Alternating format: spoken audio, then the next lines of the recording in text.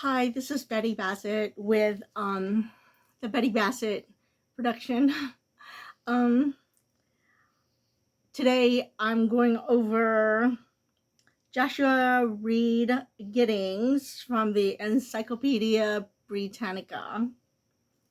Um, 1795 to 1864, an American statesman prominent in the anti-slavery conflict.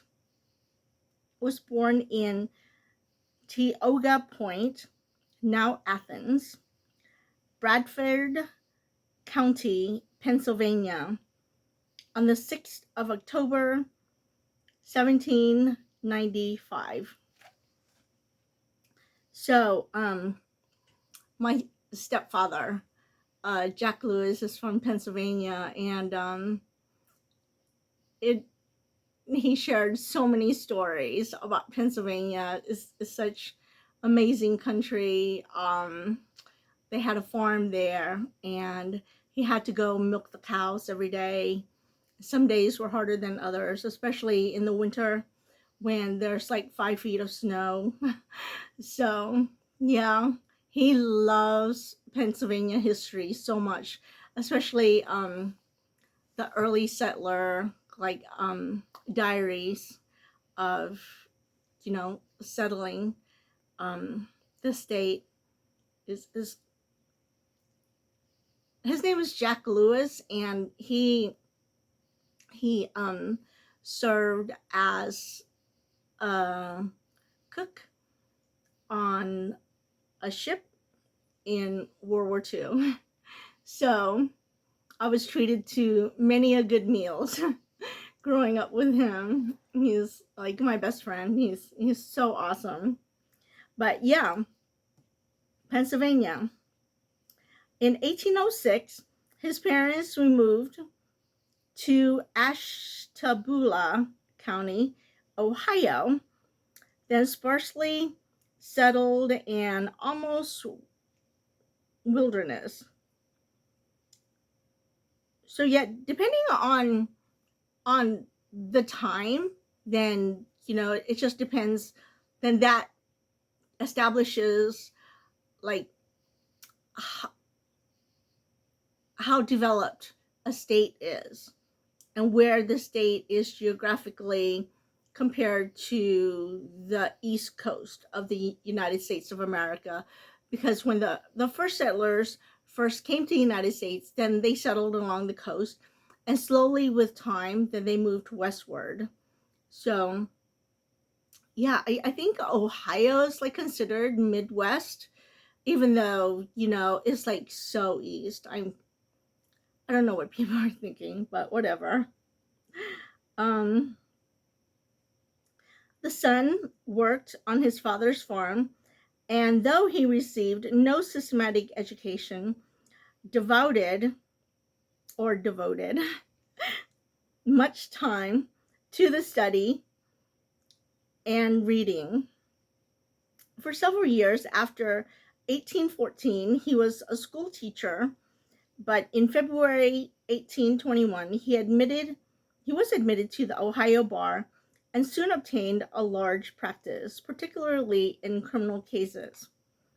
From 1831 to 1837, he was in partnership with Benjamin F. Wade. He served in the lower house of the state legislature from 1826 to 1828, and from December 1838 to March 1859, and was a member of the National House of Representatives, first as a Whig, then as a Free Soiler, and finally as a Republican, recognizing that slavery was a state institution with which the federal government had no authority to intervene. He contended that slavery could not exist by a specific state enactment, that therefore slavery in the District of Columbia and the territories was unlawful and should be abolished, that the coatwise slave trade in vessels flying the national flag, like the international slave trade, should be rigidly suppressed, and that Congress had no power to pass any act which in any way could be construed as recognition of slavery as a national institution. His attitude in the so-called Creole case attracted particular attention. In 1841, some slaves who were being carried in the brig Creole from Hampton Roads, Virginia to New Orleans revolted, killed the captain, gained possession of the vessel, and soon afterwards entered British port of Nassau. Thereupon, according to British law, they became free. The minority who had taken an active part in the revolt were arrested on a charge of murder, and others were liberated. Efforts were made by the United States government to recover the slaves. Daniel Webster, then Secretary of State, asserting that on an American ship they were under the jurisdiction of the United States and that they were legally property. On the 21st of March 1842, before the case was settled, Giddings introduced the House of Representatives a series of resolutions in which he asserted that in resuming their natural rights of personal liberty, the slaves violated no laws of the United States. For offering these resolutions, Giddings was attacked with rancor and was formally censured by the House. Thereupon he resigned, appalled to his constituents. Oh, appealed. I'm like, appalled?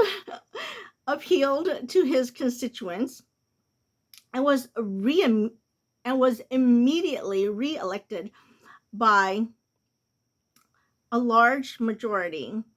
In 1859, he was not renominated and retired from Congress after a continuous service of more than 20 years. From 1861 until his death at Montreal on the 27th of May, 1864, he was the Consul General in Canada. That was a lot of reading. Okay, so I think Canada was mostly settled by the French. The United States was mostly settled by the British, a little bit by the Dutch, but they were ousted. Like the Dutch held New York for a time, and the French also held New Orleans for a time, and definitely the Spaniards held many of the southern states for a time, but essentially the British settlers won out most of the United States regions. Let's see. Okay, there are some other notes which I'm going to say maybe irrelevant because I don't want to read it. Let's see. Okay, so I guess an American statesman would be like a politician because he was a statesman. Okay, prominent in the anti-slavery conflict. So, I'm really not hip on like modern, like, you know, especially American history or European, like modern history. So these dates, like, I'm just like, okay, great. It was after 1500. I'm so screwed because I don't know. But I do know a little bit about slavery. Let's see. So I think John Smith. Okay, so he came and settled. He like had a colony, and he had a settlement, and like he's like his name is attached to Pocahontas and the princess, the daughter of the chief, Native American Indian chief. um I think he in his camp of people was John Rolfe, who like developed tobacco farming, and I think there's like a lot of cotton farming in America as well. um so then they needed people to farm the land. Of course, they tried to subjugate like Native American Indians. That didn't work out. They tried to subjugate like Hispanic, like native, um like Mexicans and like South Americans, and that didn't work out. So then they got Africans and brought them to America to hold as slaves to work the farms. And that did work out for a very long time. Um, so I think there should be like, I should get to S for slave, and then I can go more into that. Um, the the historical perspective of slavery. Like, I know that back in the day of Alexander the Great, um, like he would conquer a city, and then he would take the city dwellers as captives, uh, and they would be slaves. And even the Romans did that. Um, I don't know of. I'm sure like many other cultures did that. I just I'm not sure which ones particularly. um, but yeah, it was like more of an act of war as opposed to, hey, we need farm labor. But I don't know, if you look at the Middle Ages and, the peasant farmers, I mean, who's to say that they're not like slaves, because of their level of impoverishedness. I guess they had more freedom, but I mean,